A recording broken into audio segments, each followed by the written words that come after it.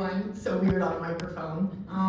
Might seem a little extra, but, well, we are a little extra, but we are recording this, and so it picks up the audio better, because we have so many employees who wanted to come today but couldn't, because of course we are running a bank right now. So this will be on the Extraordinary for them to watch later, so the mic is for that purpose. But good morning. Thank you for coming. We appreciate you're here this morning on behalf of the entire Enrichment Network. If you're new to the Enrichment Network or haven't been to an event, it really exists to help you be the best you can be personally and professionally. And we are always open to ideas. So actually today's seminar came from a survey we did last January where nutrition was an item of interest for you guys. And so we were really excited to connect with Vitality, Med Spa and Wellness, and Dr. McRae is here with us today. So I do not have a medical background, that's probably a shock, but I'm going to read this to you and I might mess up some of the terms. But Vitality Natural Wellness and Med Spa founder, Dr. Melissa McRae, is a board certified family physician specializing in integrative medicine, functional medicine, and non-surgical aesthetic medicine in and around Columbus, Ohio. She graduated from both Ohio University and Ohio University College of Osteopathic Medicine, summa cum laude. A bit about what she's doing now. Dr. McRae speaks locally and nationally on topics of lifestyle, medicine, and wellness. She was a featured speaker at the American College of Lifestyle Medicine in Washington, D.C., discussing a system she developed that allowed medical wellness and nutrition to get covered through insurance companies. And there's a lot more bio on her website and a lot bigger words. So I would encourage you to go check out their website. We're very thrilled to have her here today. Our paths crossed years ago when I worked in a hospital system, and she was a joy then, and we're thankful to have her here today. So we welcome you.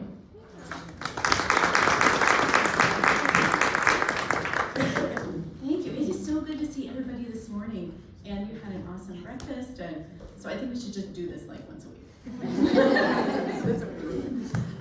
So I was so excited that Christy invited me to come and talk to you all about food as medicine, and she expressed your interest on the surveys last year. So I was really thinking through, what can I bring to you that you haven't already heard before, or I don't want to drone on about. Everybody knows we should probably not eat sugar as much as we do. And so I hope today to bring some light on different approaches to medicine, different approaches to food as medicine, kind of bridge the gap between what we know is there, but then also kind of open your eyes to some of the new things that are happening in the world in relationship to food as medicine. So thank you all for having me. Again, I'm Dr. Melissa McRae. We have an office right down the road here at Vitality, Mansfield by Old Bag of Nails. We were downtown for about 7 years, which was awesome. We have more parking now, which is great, but we do miss being downtown with everybody. We also have an office in Powell, and we have another office in the Delaware location. So if you're ever out and about, stop by and we'll show you around. Take me a hot minute just to figure out which way to look. So Cherie is going to be my clicker today. If you see me giving her a signal, because I don't know where we are on the screens. So food is medicine. How many of you have heard that expression before, food is medicine? Right, great. So a lot of us have heard that expression. I know there are many, many physicians who understand medicine very well, but I can tell you there are many physicians who don't necessarily understand food as medicine very well. So again, today what we're going to do is we're going to bridge that gap a little bit between what we know about medicine, what we know about food, how they intertwine together, what kind of signals they can be for each other, and how we can help our health improve overall. So today is going to be a big sneak peek. I think most of you could also probably agree that our current medical system is pretty broken right now. There's, from every aspect of care, of time, of digging in, finding root cause, treatments, education. There's just so many areas right now where the medical system is just sort of falling behind and failing us a little bit. We are a country that spends some of the most money on healthcare in the entire world, but yet we are one of the sickest countries in the entire world. Our infant mortality rate is one of the highest in the world. And when you think about all of the countries out there, to think that infant mortality is such a big problem in the United States, but we all look at where it is in medicine and how can we make it all better. There's something we refer to as FLC syndrome, and it's a disease syndrome. Has anybody ever heard of FLC syndrome? It's feel like crap syndrome. So we see this every day, right? Somebody comes in and they say, I don't feel well, but I had all my blood work done and I sat down with my doctor and they told me everything was fine. We see this every day. I don't feel well. They tell me I'm fine. I don't feel well. So we see those patients come in and their typical experience is they have less than 8 minutes with their provider. They try to figure out what's happening. They get a couple of symptoms listed out because we can only address 3 problems at a time in an office visit, or you have to come back. You have 8 minutes to do that. Your doctor has 8 minutes to educate you on that and treat you. And you can't be surprised when you end up with a prescription when you leave. It's just a broken system right now. So what we're gonna do is we're gonna try to change the concept of not doing a pill for every ill, getting rid of FLC syndrome, and really treating things at the root of where they come from. So this is where we go to functional medicine. What is functional medicine? You know, medicine is really going through this big paradigm shift. We have insight into the amazing wonder of what biology is and cellular physiology, all of these little channels that are triggered, what triggers them, what turns them on, what turns things off. Nutrigenomics is a whole field of medicine right now about how nutrition actually affects your genetics. Turning gene expression on, turning gene expression off. You won't usually know that in your 8-minute office visit. So we have a huge opportunity right now to see what is happening. We can do so much better in medicine than what typically is happening in the medical field right now. Traditional medicine is organized by organ systems, right? So if you have a stomach problem, you see the stomach doctor. If you have a brain problem, you see the brain doctor. If you have a bone problem, you see the bone doctor. And the problem with that is there are some benefits to it, but the problem is your body is not individual organs all put together, it's an entire system. So once we start looking at the body as a system instead of just organ systems, we can see how all of this new world of what we know in medicine can open up for you. In functional medicine, we approach it like that. We approach the body as a single unit. We look for root causes of what's happening. We use something called a symptom survey. So when people come in, we can just really see how their body is responding, what evidence it's giving us, what signs it's giving us, so we can see as an entire unit what's happening. When we apply a functional medicine approach, which is that concept, we see a typically 62% change in people's symptoms in the first 10 days. Now, that's, I don't even know where the prescription pads are in our office. We do send prescriptions sometimes. But that change, that huge change in symptoms and how people feel, that occurs almost 100% from one major change in their life. Do you know what that one major thing might be that caused that change in 10 days? Food. Food. We focus on a change in food. So I just want everybody to understand, this is not just me trying to encourage you to eat healthier and move better and get some daily exercise. This is life-changing information. Food as medicine needs to be taken so seriously if you really want to have optimal health. If you want optimal health, you can take 40 different pills and still not feel very optimal. But if you start at the root level, where food comes into your body, you can change your life. That's what we're gonna dig into today. So I think we all probably agree our food is killing us. You know, this is not grandma's food anymore. Fast food is everywhere. People eat out probably 4 to 5 times a week now. Just so much different. And Americans are sick. We are a very, very sick population. Over 100 million people. Almost half the entire population right now is pre-diabetic or diabetic. 122 million people have heart disease. When you think about even the heart disease folks, that's 820,000 deaths a year from heart disease. That's 2,300 a day. We have huge issues, right? Huge issues, and it's almost all from food. So instead of debating like who's gonna pay for all this, right? Health insurance is dreadfully expensive. Doesn't matter who we are. Health insurance is expensive. Going to see a physician is expensive. Medicine is expensive. Every test is crazy expensive. So instead of figuring out like, how are we gonna pay for this and who's gonna pay for it, we can really change the focus on what can we do about it so we don't have to utilize those services, right? So let's do that. The answer is staring us in the face at least 3 times a day about what we can do. We can change what we eat. So this one might be hard to see.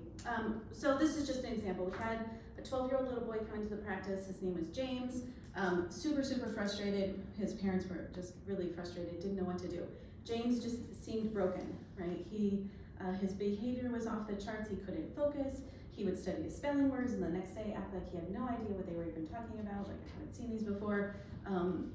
Behavioral issues with school, hard to make friends, tired all the time, didn't want to go outside and play, just really struggling. So he was evaluated and found to have attention deficit disorder, which sounds very likely in that scenario, but the parents really did not want to treat him with medication. Is there anything they could do? So we dug in a little bit, found out, poor James, if you have a population you want to focus on kids right now because what they're eating is atrocious. So he was eating, I would say, a standard American diet, tons of processed foods, fast food several times a week. Everything almost came from a package because mom and dad both work and it's hard to try to eat healthy and prep food and buy everything you need, right? So all of the things we understand, but he was eating really crappy food. At school, they would give little rewards of candy, and so he was getting more sugar and all of that at school. It was just a bad setup. He had had several ear infections throughout his childhood. He had tubes in his ears, but that meant he had over 10 exposures to antibiotics from the time he was 0 to 5, and that's a critical time for the insides of your body to be working ideally. So this poor kid had a setup for a metabolic disaster. He had low levels of zinc, he had low levels of magnesium, his antioxidants were low. We did some gut tests on him because you will find that almost everything relates to the gut. You'll hear me say that over and over today. He was a mess inside.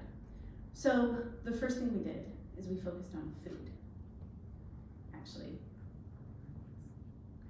like 90% of what we did is we focused on food. It was hard, it was not easy because it's not easy to change the way a family functions with food and the time. Everything about it, there's an ease and a comfort level with what you're used to doing. So it was really hard, but if you can see, this is his handwriting after 2 months of eating different. We did replace zinc, we did replace magnesium, probiotic. We worked to heal what was happening on the inside, but this is mostly food. So you never ever want to underestimate what is happening in a body and how you can or cannot maybe manage it by changing what you put within you. So I like to say we use the most powerful drug we've ever come across in James. Something that affects his protein synthesis and affects how his body absorbs nutrients and how his brain works and the nervous system, how those neurotransmitters are made in his gut and then sent to the brain and how he behaves. And we did that with the most powerful medicine, food. So food is not just calories, and that's the other thing I want you to think about. Food is not all about, we love pretty food, we love food that tastes good, all those things, but food is not just that. Food is not just fuel. Food is literally what is going to tell your body what it needs to do.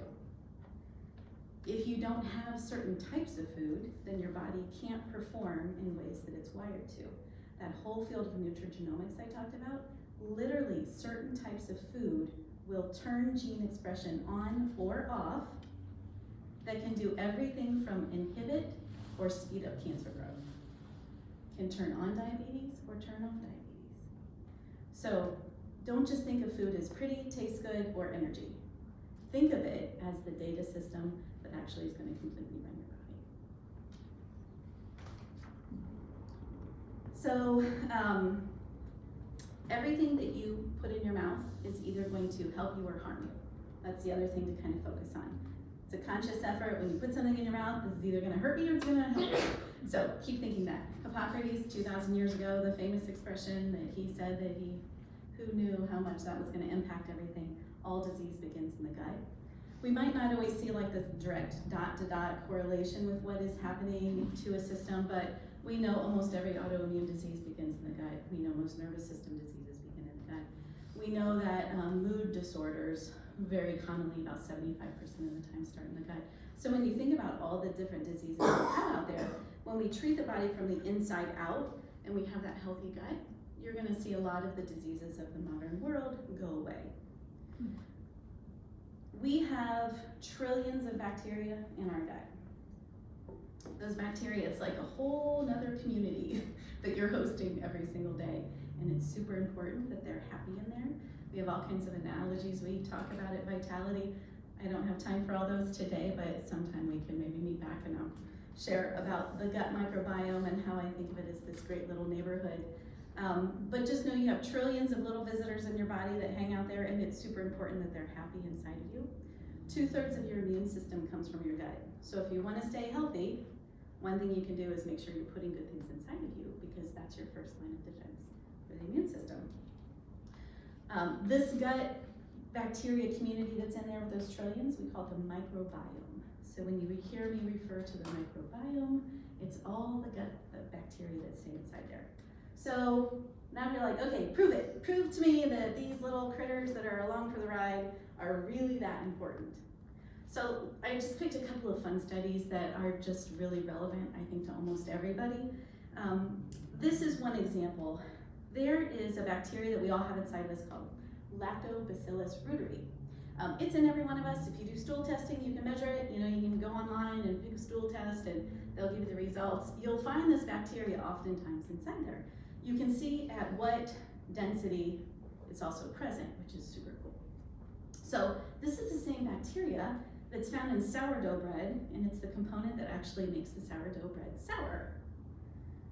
This same bacteria can inhibit cancer cell growth significantly. For people who don't have high numbers of this bacteria, we see more aggressive breast cancer. So you can see somebody with a healthy diet, their tumor growth rate is significantly less. You'll see somebody with a fast food diet. They don't show the measurements of Lactobacillus reuteri on that one, but it's an inverse relationship. So more fast food, less of the good bacteria, more breast cancer growth. And then what they did is they took the people who eat more fast food and they added the Lactobacillus reuteri to water and had them drink it 3 times a day, and you'll see the cancer cell of the breast tumor decrease again. All from this little bacteria that we carry around with us every day. Next one we can talk about is Jimmy Carter. So Jimmy Carter, former president of the United States, oldest living president we have. He had metastatic melanoma. I'm not sure if you know anybody who's had metastatic melanoma.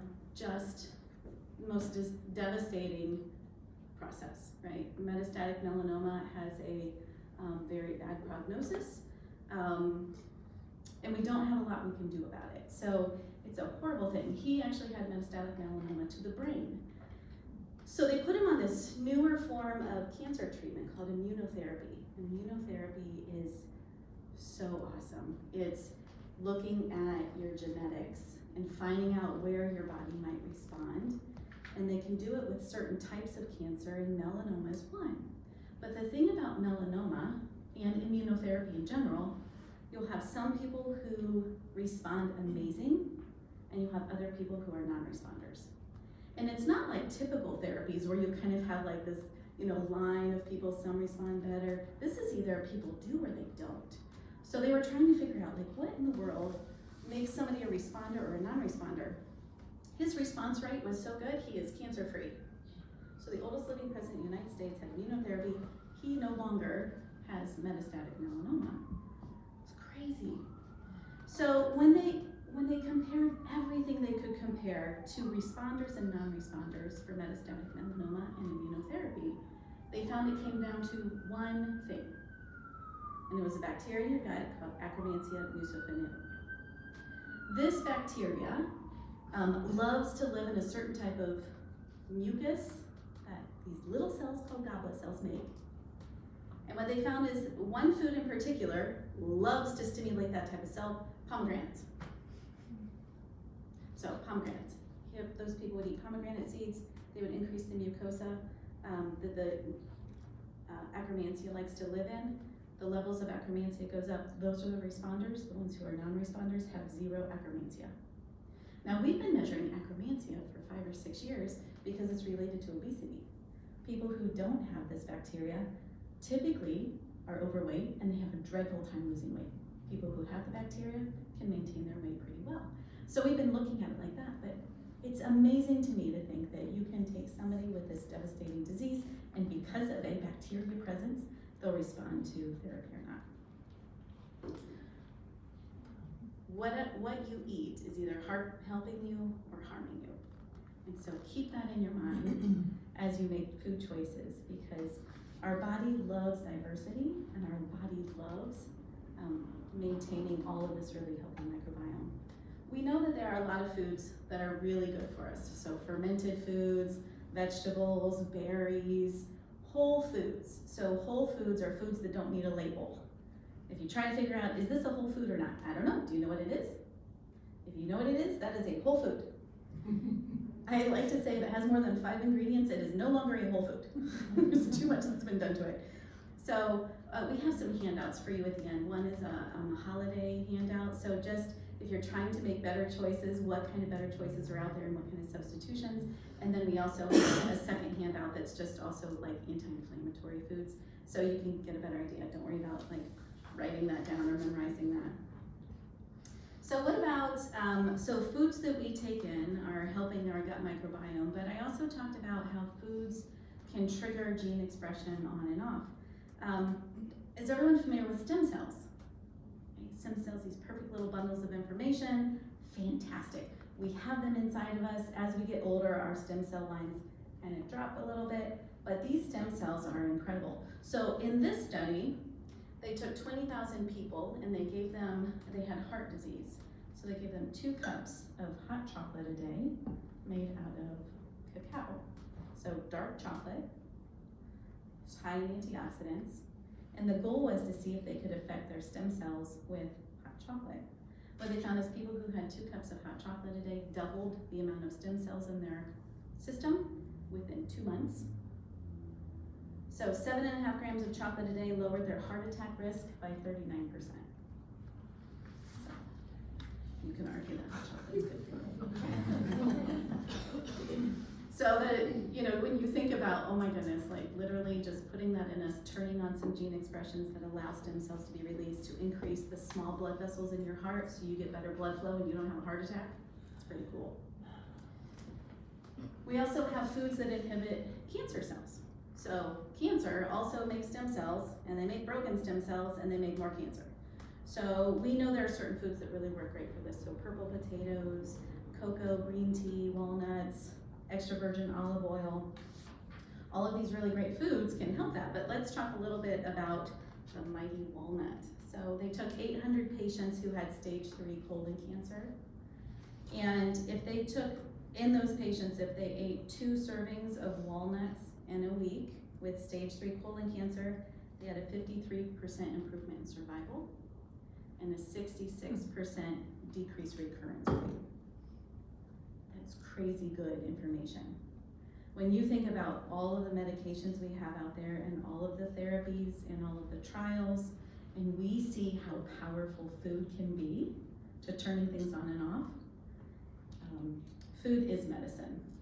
And not just healthy food, we all want to eat healthy food. Food is medicine. So what if we applied a lot of that philosophy to what we do every day? Not just food as calories and not just food as fuel, but food as medicine. We want to be healthy, we want to live optimally. What if we could think about, instead of thinking about which drugs we need, what if we could just think about the foods that we could eat instead? So today, I'm going to do a quick rundown on the foods that you really should avoid. These are things that in most people, so I'll say generally speaking, in most people, these are harmful. They don't turn on a lot of good genes, and they don't help your gut at all. They don't keep the bacteria in there super happy, so they can't do the things they were made to do. I also want you to think in terms of inflammation. Okay, so a lot of foods that we eat are inflammatory.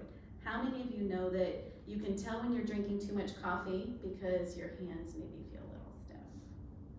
Or if you eat sugar for a couple of days, you just feel kind of puffy and gross. So that's inflammation. Inflammation is the heart of all disease. If you have something that's a little inflamed, it's probably not a problem, you can heal and repair it, but pretend like you just rub your arm. You know, you rub your arm for a couple of minutes and no big deal. Imagine if you just did this for about 3 days straight, you would have this ulcer, open, oozy sore on your arm. Chronic inflammation causes disease. I'm going to tell you about the most inflammatory foods because inflammatory foods cause disease. My challenge for you, you've got this window, you guys all escaped me before Thanksgiving. We've got this really nice window where I'm going to challenge you to cut out some of these things before next major holidays come through. You've got a good window. See how you feel. It's a lot easier to make decisions about food when you're feeling great than when you're not feeling so good. So my challenge is cut out some of these inflammatory things and see how you feel. So first one we're going to talk about is sugar. Sugar's bad. There's no better way to say it. Sugar's bad. We really think about it like a poison in our system when we talk about sugar. It goes by many names. You know, high fructose corn syrup. I think it's hilarious when you look at a label and there's actually like 5 types of sugar in the ingredient label, but you think only the first one. Men typically take in about 9 your body can tolerate 9 teaspoons a day. Women, 7 teaspoons a day. The average American takes in 17 a day. Coke has about 20 teaspoons. Chai latte has about 24 teaspoons. And that's before you even eat anything else. So we're just inundated with sugar. Sugar's everywhere. It is the most inflammatory thing you can put in your system as far as damage goes. The other interesting thing about sugar is when you take in anything with high sugar, so you enjoy that lovely grande chai latte, your immune system is shut off for 4 hours. So if you want to stay healthy over the holidays, if you want to stay healthy in general, every time you have something that's a higher sugar intake, you literally just shut off your immune system for fighting infection for 4 hours. So whatever motivates you to avoid sugar, you should avoid sugar. It is a poison in your system. Inflammation is the heart of all disease, and sugar is the worst culprit in that, especially in our standard American diet. So the next one is gluten. Gluten, you know, it's made to be the villain frequently, like, oh, I shouldn't eat gluten, and I hear you shouldn't eat gluten, and people say, I eat gluten and I'm fine. I will tell you that the majority of people do not respond well to gluten. You may not feel it, you may not see it, but the gluten, there's a lot of, again, discussion about it. How we process breads and bread-like things and things that contain gluten in the United States are very different. Once it has been like processed, it does not respond well in our body. My son he definitely does not tolerate gluten, and you can tell because he will get a rash around his eyes the minute he has gluten. But he went to Italy this summer, and I was like, you know what? Have some pizza, not a single problem. So it really is this issue we have here with how we process our foods. But in the United States, I'm going to tell you, gluten is bad in most people. There are lots of gluten-free grains that are really important to kind of make the switch towards. If you try to think of what's gluten in, pretty much any kind of bread, cracker, baked good, pies, pizza crust, anything that's bread-like is going to have gluten. That's probably the easiest way to cut back. If you don't want to go into a deep dive of nutrition, just anything that has bread or bread-like, just assume it has gluten unless it has a gluten-free label. Next is saturated fats. This is, when we think of the worst saturated fats, just really think about processed foods. If it comes in a package or a box or from a restaurant, it's probably going to have higher saturated fats. Saturated fats have a different taste, which is really nice to a lot of people, and so that's why restaurants will tend to use more saturated fats. If you think about, well, how can I determine like what's a fat, what's a saturated fat and what's not? Typically fats that are solid at room temperature are saturated fats. So if you can pick more fats that are liquid at room temperature, you know you're going to be choosing typically the ones that are a little bit better for you. Processed foods, again. You'll realize, like, all this time, I have not said vegetables were horrible for you yet. So, processed foods, processed meats, processed cheeses, anything in a box. And then the last one I want to touch on that we don't hear a lot about is the omega-6 fatty acids. You have these wonderful nutrients that they take in. You know, fats are important for your body, for sure. So we have omega-3s, which are like the superheroes, the wonderful anti-inflammatory fats, and then we have omega-6, which are typically the bad guys and super inflammatory. In our body, we actually require both, but they need to be in balance. And the problem is almost everything we eat is omega-6. So omega-6s are found in everything. Corn, soybean oil, sunflower oil, which is a lot of the oils that processed foods are prepared with, are really high in omega-6s. So it's a balance of both. There is no deficiency in an American's diet for omega-6. There's a huge deficiency of omega-3. Omega-3, you think of like fish oil, right, the healthy. If you take a fish oil supplement, make sure it's just omega-3, because I can guarantee you probably don't need the 6s, because they'll put 3 and 6 together. The omega-6s are very inflammatory, very, very inflammatory. And the omega-3s, again, are anti-inflammatory. So refined oils, processed oils, again, anything that's pretty much processed is going to be high in omega-6s. If you're looking for specifically ingredients, you can look at corn oil, sunflower oil, and soybean oil. Those are the biggies for omega-6s. If somebody has a lot of achiness, say they don't have rheumatoid arthritis, but their joints hurt, you know, I have run-of-the-mill arthritis, or if you're hearing something like that, you can really make a concerted effort to cut down on these refined oils, and you would be surprised at just cutting out foods with those oils, how much better you would feel. So it doesn't take much. So those are the categories I want you to really be highly aware of. You know, sugar, gluten, and dairy are kind of the big ones on our list when people come in medically, but those are the ones I want you all to be aware of, because you've probably heard of the others. So what should you eat? And this is actually super simple. 6 to 9 servings of vegetables a day. Lean meats, nuts and seeds, berries, whole foods. If you focus on whole foods, foods that don't need a label, you will be amazed at what your body does. Your gut will be so happy with you, and you'll be able to tell exactly. So 6 to 9 servings of vegetables a day. Most people get 1 or 2, so that seems like, wow, how in the world do I get that many vegetables?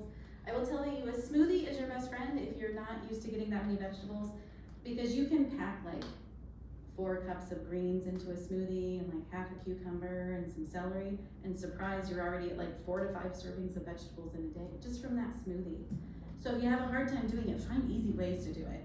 Frozen vegetables, you know, pack your freezer with frozen vegetables. They're usually flash frozen.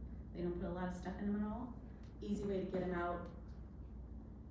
Put it with every meal.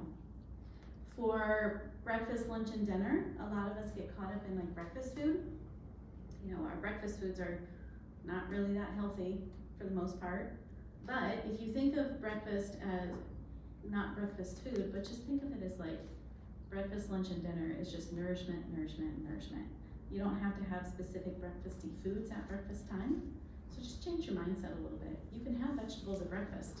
It's a really good thing. It makes your day a lot easier to get 6 to 9 servings in if you get a little vegetable at breakfast time. So brightly colored vegetables. The healthiest diets have a variety of 30 different foods a week. I think, you know, when I think of what I buy at the grocery store, many times on the click list, it's like reorder. It's just when I have like, you know, like we eat the same types of things. So it's really, really important to just start picking out a few different things. Your body loves diversity because all of those trillions of bacteria in there, they're all pretty picky and they like their own thing. So you gotta feed them all. You don't have to feed them a lot, but they love exposure to a lot of variety. The more diverse your diet is, the more diverse your gut microbiome is. The more diverse your gut microbiome is, the healthier you will be. Water, that's the other thing that most people don't get enough water in. It's gonna help flush out all the bad stuff. So 6 to 9 servings of vegetables will change your life, and drinking plenty of water. Stick to whole foods. foods that don't need a label. You don't have to worry about a specific meal plan, just eat foods that don't need a label.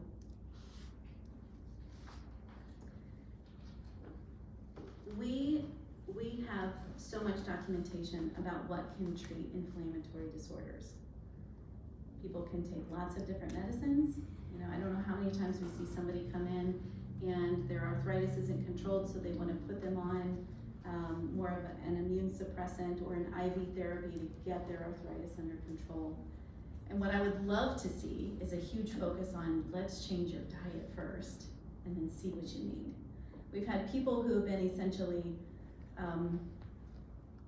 almost bedridden from things like psoriatic arthritis. After 2 months of changing their diet and fixing some of the things that were broken on the inside, requires 0 medication. So our goal is always to get people off of medicine. Use what your body knows how to do to heal and repair itself. Your bodies are incredibly made. And just allowing them to do what they were supposed to do.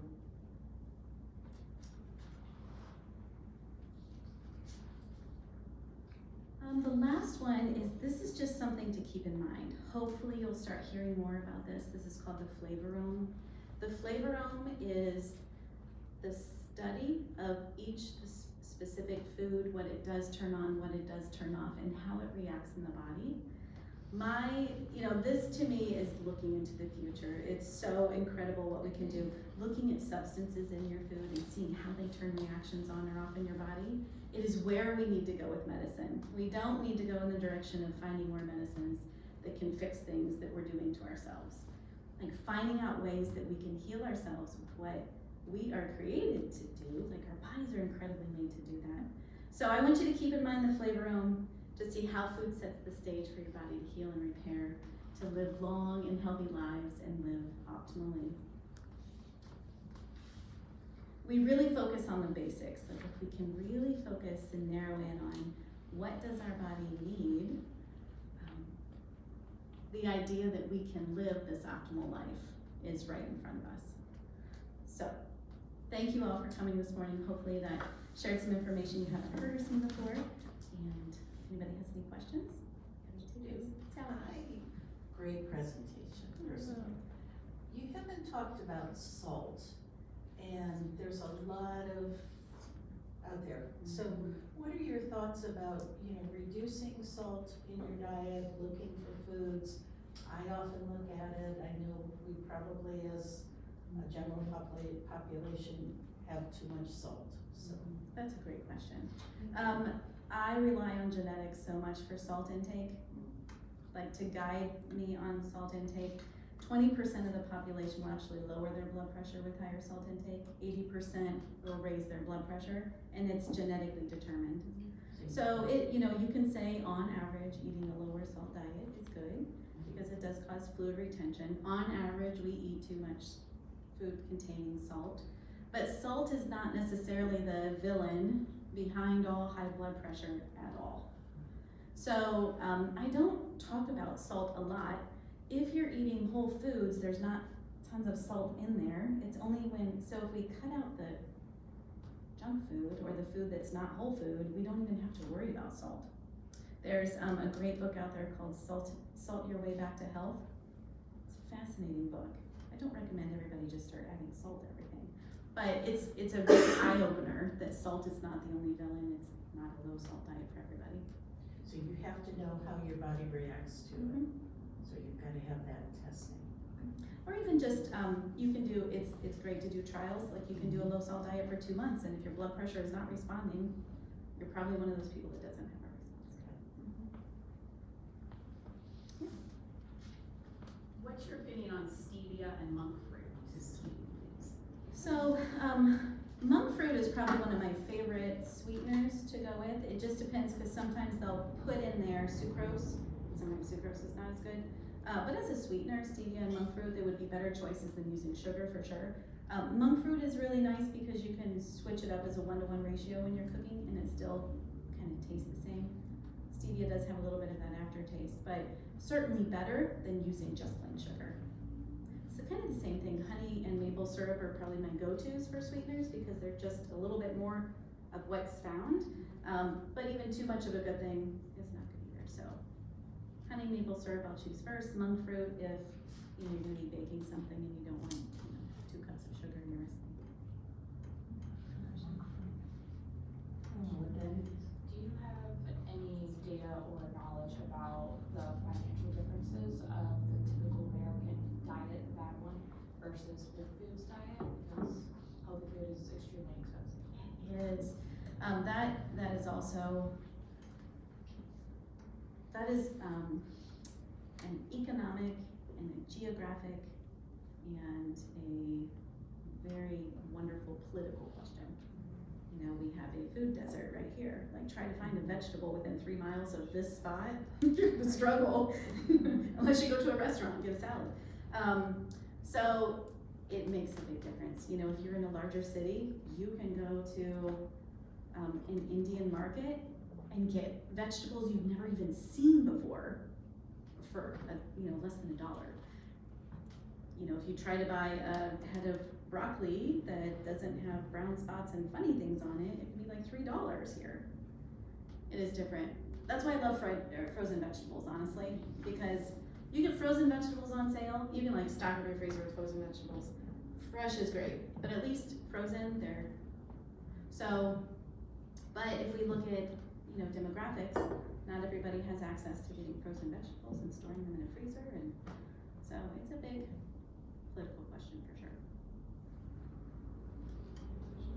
I have a 6-year-old that is one of the pickiest eaters probably ever. She has texture issues, like she had to eat a green bean, she has to cover it in ketchup, like Yeah. horrible. I know. So we've looked into some of those like powders. Yeah. Is that even a decent option to add to her food to try and get something else better in her stomach? Yeah, that's great. So the powders, you'll see the ingredient list, there's huge amounts of different types of vegetables, which is actually awesome because it exposes all those bacteria to a lot of different things without her having to eat it. It's missing the fiber, it's missing the inulin, it's missing like some of the really good things, but when we talk about good, better, best, it's definitely better. Do you have like a brand that you recommend? They've gotten pretty good about the brands out there. Vital Greens is probably one of the well-known. Athletic Greens is a really great one, but it's dreadfully expensive. So it's nice because there's more and more options for that. You want to be careful with gummies because the corn syrup. But Gummies. sneak some powder in there somewhere. Yeah, thank you. Yes. I know you recommended olive oil or avocado oil. I never use avocado oil, but are there any other cooking oils that you would recommend that are the healthier options? Those are my top 2. Okay. For sure. I have a really cool list that I can send you, Christy, if you want. And it breaks down all the different oils and which ones are high in omega-6s and which ones are in omega-3s. It makes it super easy to try to narrow down like what is my focus. You will find on there that corn, sunflower, and soybean are very high in the bad. And you will find olive oil and avocado are like some of the best. So just stick with those, but good list for you. Okay. So for those of us with teenagers that eat a lot, so like we could do a decent job. I mean, don't get me wrong, I could do better, but on our major meals, Yeah. like he's like always hungry, right? So if I go the fruit and vegetable route, like it's not. I know some can be more filling if they have more fiber, but it's the snack thing that I think is the worst.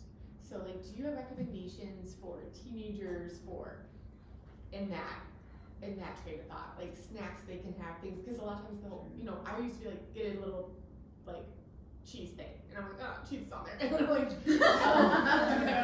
I'm thinking of even like the stuff I thought was like whole grain, but it's still gluten, so any advice for parents with teenagers on stuff that will keep them full?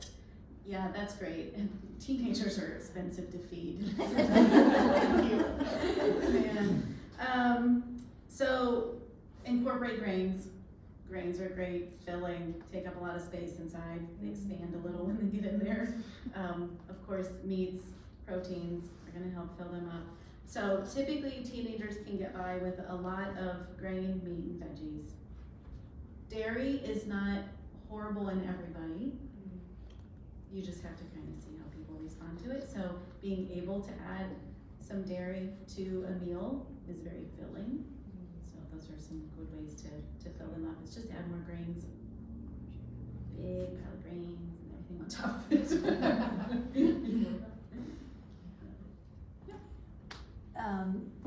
You've heard, I'm sure, of Balance of Nature.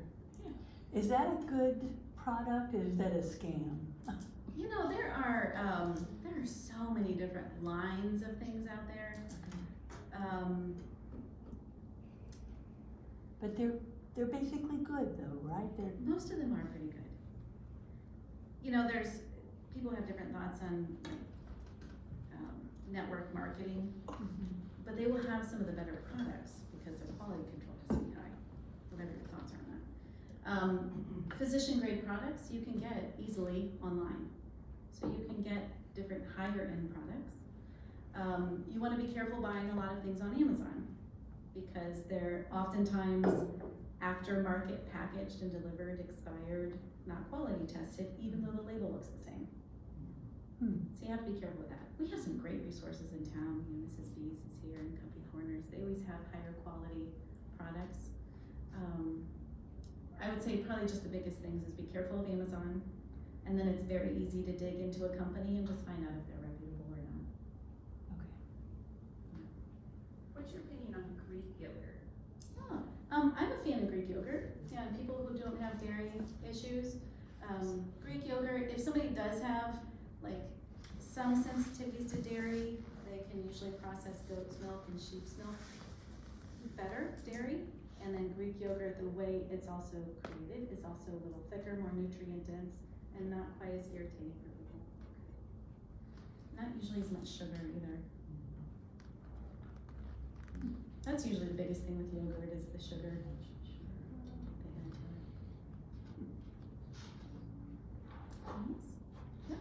add to it. So I've had health issues like I'm sure lots of people, but a lot of my, levels are within the typical medical field's rate of normal, but I did have one of my thyroid antibodies was, a good twice as high as what it should be kind of thing. Do you have any foods you recommend that are helpful for thyroid antibodies? Yeah, that's a super question because autoimmune thyroid issues are the most common autoimmune issue in the United States. Super common, especially in women. Gluten it has a similar structure as the antibody. So gluten feeds autoimmune thyroid issues like crazy. Anybody who has an autoimmune thyroid should not eat gluten. Okay. Molecular structure, it's too close to mimicry. You don't want to do that. You can look up anti-inflammatory diet or autoimmune protocol. Okay. And there's different varieties of them. You'll find slight variations, but they're all pretty similar. And if somebody has an autoimmune issue, that is a fantastic approach to take, even if you do it for 28 days. 28 days is how long it takes for your body to clear any type of reactive antibodies out of its system. So you do an anti-inflammatory approach. You can do anti-inflammatory approach for, again, any kind of autoimmune, any type of arthritis, any type of ache and pain. Like if somebody has hormonal issues, you can put them on the anti-inflammatory diet, get their gut in a better place, and their hormones start to balance out a little more. So look up anti-inflammatory diet or autoimmune protocol, and then avoid gluten. Follow-up question on that is the sourdough bread. I've heard that, like something that's a real actual sourdough, like that it ferments, like it eats up the gluten. Right. Traditional, the traditional sourdough, how they're made, is way less of an impact on people who are gluten sensitive than typical. So do you guys know Sharon Dippity, the little bakery? Yeah. She makes a traditional sourdough and then she makes one for other people. So if you're not looking for a traditional, like she makes the old fashioned traditional sourdough, but then she also makes one that more people like. So you can ask her for the traditional one. Okay. Cause I had my gallbladder taken out and then I noticed a lot more like issues with say like arthritis, and so I cut out gluten felt tons better, but I have to admit, like, I want bread. Yeah. And so Yeah. I had heard about sourdough and, anyway, They're getting a lot better with gluten-free products. You yeah. have to be careful because sometimes you look at a gluten-free product and one, it might taste like cardboard, but the other thing is by the time they process it so much to make Is it it any gluten-free, better? it's like, yeah. So you just have to be kind of careful with that. Great, well, thank you all for having me this morning. That was helpful, and have a wonderful rest of your day.